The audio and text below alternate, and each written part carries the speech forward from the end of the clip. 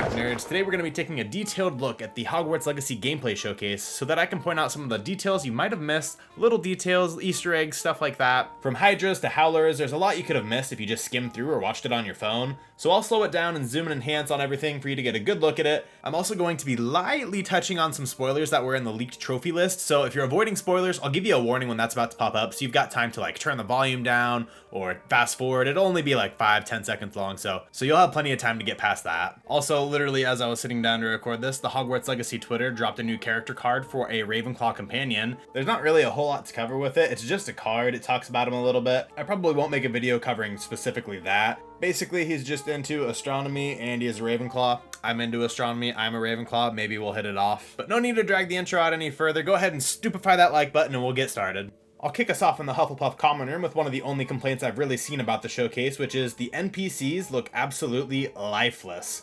And at first it kind of bothered me too, because they really are just staring at the walls. There's no chatter in the background. There's not even any smiling faces. But when I took a closer look at the scene, it's not just that they aren't very lively. They aren't moving at all. And I don't think this is by mistake, actually. Later on in the showcase, we see plenty of life from the NPCs throughout the castle, and while they don't necessarily look perfect, they've definitely got a certain amount of liveliness to them. So what I think what's going on in the common room is when they were recording their showcase, they used the PlayStation Dev Kit to pause certain functions of the game, and they did admit that they were doing this later on. And I think they may have frozen the common room's NPCs. I'm not totally sure why they would want to do this. Maybe they wanted to point out the music a little bit more clearly since they did bring it to attention. But it just seems a little odd that the NPCs in the hallway would be so much more active than the ones in the common room for no reason.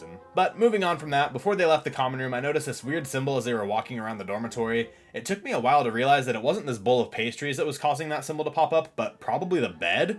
My guess is that this symbol is what we'll see when the game is saving, which is cool because we haven't had any word on how that'll work. We also see some Mimbleless Mimbletonia in the common area. Neville would be proud. As they walk out of the common room, they show off how Revelio works on the missing pages, and then they immediately walk past the kitchen, which is hidden behind a portrait of a bowl of fruit.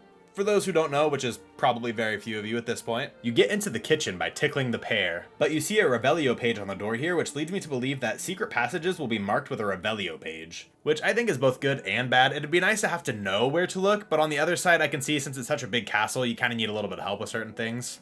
At the top of the stairs from the Hufflepuff corridor, we see this plaque with question marks on it that says hit square to roll. I have no idea what we're rolling for, but it could be something like a daily reward where it gives you a chance to get something like XP, maybe healing potions, coins, stuff like that. Here on the pause menu, you've got the obvious stuff like level, inventory, quests, settings, and the map. It's now time for the mild spoilers that I mentioned earlier. I think it has something to do with the gear. If you're avoiding spoilers, you probably haven't looked at the leaked trophy list, which I totally respect because there's a lot of really big spoilers in there. Now's your chance to double tap forward to get about 10 seconds ahead. Maybe you just want to turn the volume down low. Whatever you want to do, I'll put a big spoiler warning on the screen and then I'll get rid of it when it's safe to come back in. But go ahead, do your thing.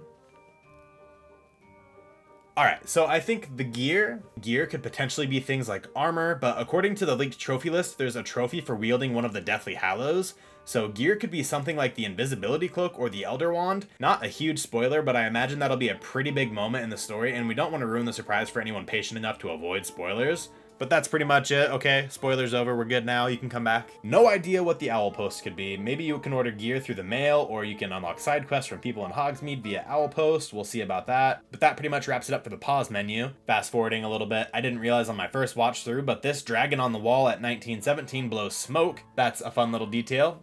Just don't try and tickle it. On the way to the library, which looks amazing, we see a symbol for a side quest, and from this moment forward, you'll notice a lot of them in the background. And while they're talking to Nellie Ogspire about a side quest, it looks like this person in the background is having a little Hufflepuff Puff pass. But no, what they're actually doing is drinking a pepper up potion, which is something you drink to cure a cold. One of the symptoms is that it leaves you smoking at the ears for a few hours after drinking it. This is probably my favorite little detail that they've included so far. I love it. As we're walking back into the castle, we see the symbol and a glowing ring around an NPC that indicates a side quest. We also see some poor soul has gotten a howler and he is cowering in fear, rightfully so.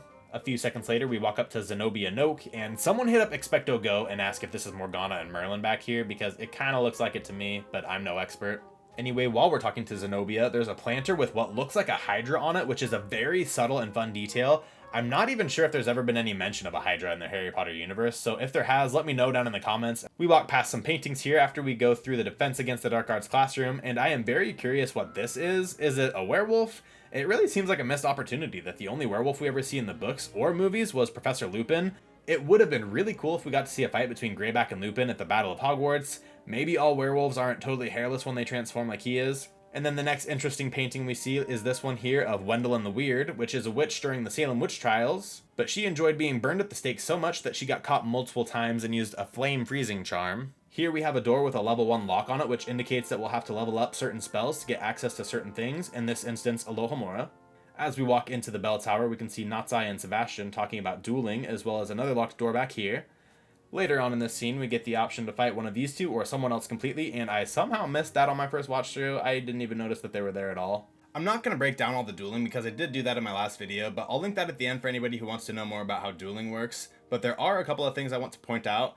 Firstly, I will definitely be trying to bounce somebody off of that pendulum. By the power of Leviosa and Accio, I will make that tower ring. Secondly, in my last video, I said that this might be a Weasley, and as a few of you pointed out, I was wrong. At the end of the presentation, they walk back outside to tease what they might show off in the next video, and we can see some of the balloons that they showed us last time when they were showing off flying. So I think that'll get touched on more in their next presentation. And then they show us one final sweep of the lay of the land, and we can briefly see the windows to the Hufflepuff common room peeking out from the bottom of the castle.